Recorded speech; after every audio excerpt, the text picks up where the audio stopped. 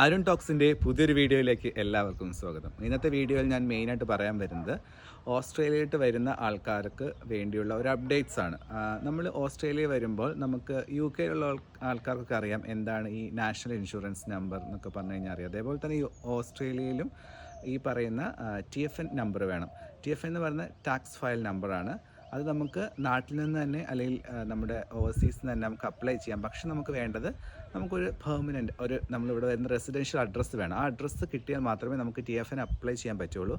അത് അപ്ലൈ ചെയ്യുന്നത് ഓസ്ട്രേലിയൻ ടാക്സേഷൻ്റെ ഒരു വെബ്സൈറ്റിൽ കയറിയിട്ട് അപ്ലൈ ചെയ്യാൻ പറ്റുന്ന വളരെ ഈസി ആയിട്ടുള്ളൊരു മെത്തേഡാണ്.